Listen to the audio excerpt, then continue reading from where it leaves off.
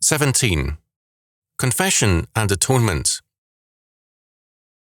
In Scripture, confession refers to both the confession of sin and the confession of faith.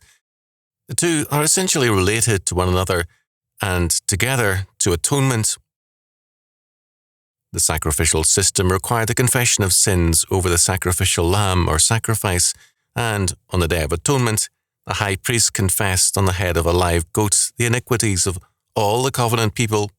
Leviticus 16:21. One can summarize the matter thus: no confession, no atonement. The confession did not atone. It was the precondition to God's act of covering and blotting out the sins of the people. To confess is to uncover and to acknowledge our sins and trespasses. To atone is to cover and blot out all our sins. It is the act of God. Confession is necessary before there can be forgiveness, the forgiveness of sins. The Church has turned forgiveness into a humanistic act, a change of feeling on our part, whereas in Scripture, God alone can forgive sins. Man's forgiveness can only be given in terms of God's law. At this point, the Pharisees were not as far astray as many modern churchmen. Faced with our Lord's declaration to the man sick with palsy, "Son, thy sins be forgiven thee," the Pharisees felt this to be blasphemy, for who can forgive sins but God only? Mark 2:5-7. In any primary sense, God only can forgive sins. The Pharisees were wrong in denying Christ, but correct in insisting that the forgiveness of sins is the attribute of God. In a secondary sense, men can forgive sins when and where God's considerations are met. When we uncover our sins in confession, God covers them by Christ's atonement. Covering means atoning. Our uncovering, our confession, is to the triune God. If a particular sin involves another man or woman, we have a duty to confess our sin to him or her also, and to make restitution whenever possible. To cover our sins means to deny Christ's atonement and to assume that our covering is the best solution to the problem of sin. Not only are such reprobate coverings common, but they are also routinely practiced by churchmen, clergy and laity alike. A variety of examples come to mind, incidents repeated again and again in churches. A prominent churchman is guilty of various sins such as adultery or misappropriation of funds. The matter is hushed up to avoid scandal. Is the alternative publicity for the offences? Neither the covering nor a publicized uncovering are godly. Both have reference to man's framework. There must be a just chastening and punishment in terms of God's law, no more and no less. Another example: an important person, priest, pastor, or layman, is found to be a child molester. The usual reaction is to hush the matter up and cover it with silence. The alternative to this is not to expose the abused child and that child's family to publicity. Confession is necessary, but confession does not erase the offence nor restore a child's virginity. Modern state law does not permit the application of God's law. In the absence of this, a restitution of a dowry or a large settlement is necessary. If the offender leaves to enter another church in another community, there must be some kind of oversight, lest another offence occurs. Our task is made difficult because biblical law is not only despised by civil authorities, but an offender can sue for damages if the truth is told about him. As far as possible, the Church must deal with matters in terms of God's law. This means also walking circumspectly to avoid lawsuits and civil intervention. There can, however, be no surrender of the necessity of action. The bent or direction taken by the reprobate is to cover sin by denying or ignoring it, and this is evil. There must be a true confession, or there is no forgiveness and no atonement. When men cover sin, God then covers them with judgment. For there is nothing covered that shall not be revealed, and hid that shall not be known. Matthew 10:26. Pastors and people who cover their sins are thereby in effect saying that they can atone for sin, and this is blasphemy. They place their humanistic concerns for propriety over the requirement of confession, confessing our sins to receive God's grace and mercy. More important for them than the state of grace is a state of compliance with social services. It is not surprising that such sinners routinely return to their sin. When men cover their sins rather than confessing to God, we have false priorities.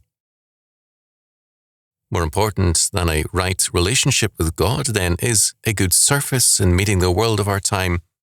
We have, as a result, a world of facades, of sinners masquerading as the best of people.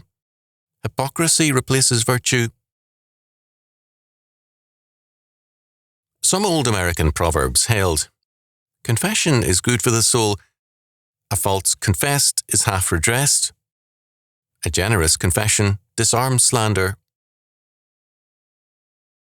At one time, in the medieval era, kings and commoners alike made confession. Kings had personal confessors who were also advisors. On occasion, kings had to make public confession in humiliating ways for their public offences. Such confessions made for restoration and respect for their obedience to the spiritual authorities. To eliminate confession from a society is to eliminate also humility and grace. The false covering for sin leads to devastating uncovering, and contemporary political leaders are often destroyed when their sins are uncovered. Where once confession and penance led not only to restoration, but sometimes also to greater strength, now, with the absence of biblical confession and atonement, there is disgrace. According to 1 John 1:8-10, if we say that we have no sin, we deceive ourselves and the truth is not in us. If we confess our sins, he is faithful and just to forgive us our sins and to cleanse us from all unrighteousness.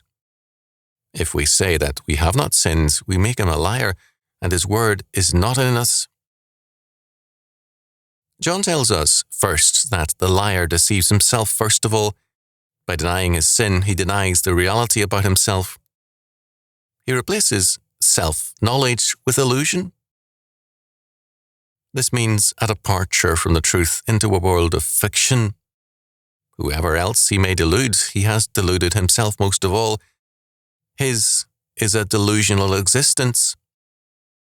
Second, God has declared of us all that we are sinners, that there is none righteous, no, not one.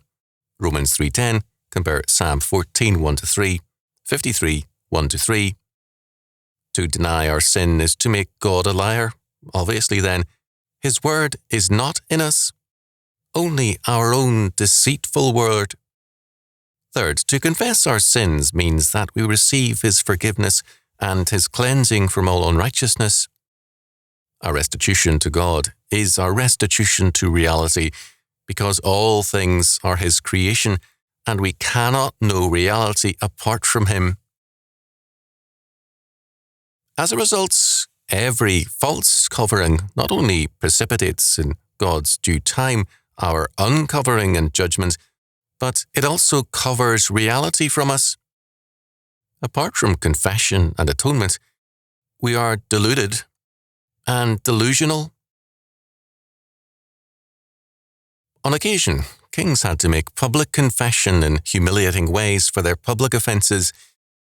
Such confessions made for restoration and respect for their obedience to the spiritual authorities. To eliminate confession from a society is to eliminate also humility and grace. The false covering for sin leads to devastating uncovering, and contemporary political leaders are often destroyed when their sins are uncovered. Where once confession and penance led not only to restoration, but sometimes also to greater strength, now, with the absence of biblical confession and atonement, there is disgrace. According to 1 John 1, 8-10, if we say that we have no sin, we deceive ourselves and the truth is not in us. If we confess our sins, he is faithful and just to forgive us our sins and to cleanse us from all unrighteousness. If we say that we have not sinned, we make him a liar, and his word is not in us. John tells us first that the liar deceives himself first of all. By denying his sin, he denies the reality about himself. He replaces self-knowledge with illusion. This means a departure from the truth into a world of fiction. Whoever else he may delude, he has deluded himself most of all. His is a delusional existence. Second, God has declared of us all that we are sinners, that there is none righteous, no, not one. Romans 3:10, compare Psalm 14, 1-3, 53, 1-3. To deny our sin is to make God a liar. Obviously then, his word is not in us, only our own deceitful word. Third, to confess our sins means that we receive his forgiveness and his cleansing from all unrighteousness. Our restitution to God is our restitution to reality, because all things are his creation, and we cannot know reality apart from him. As a result, every false covering not only precipitates in God's due time our uncovering and judgment, but it also covers reality from us. Apart from confession and atonement, we are deluded and delusional.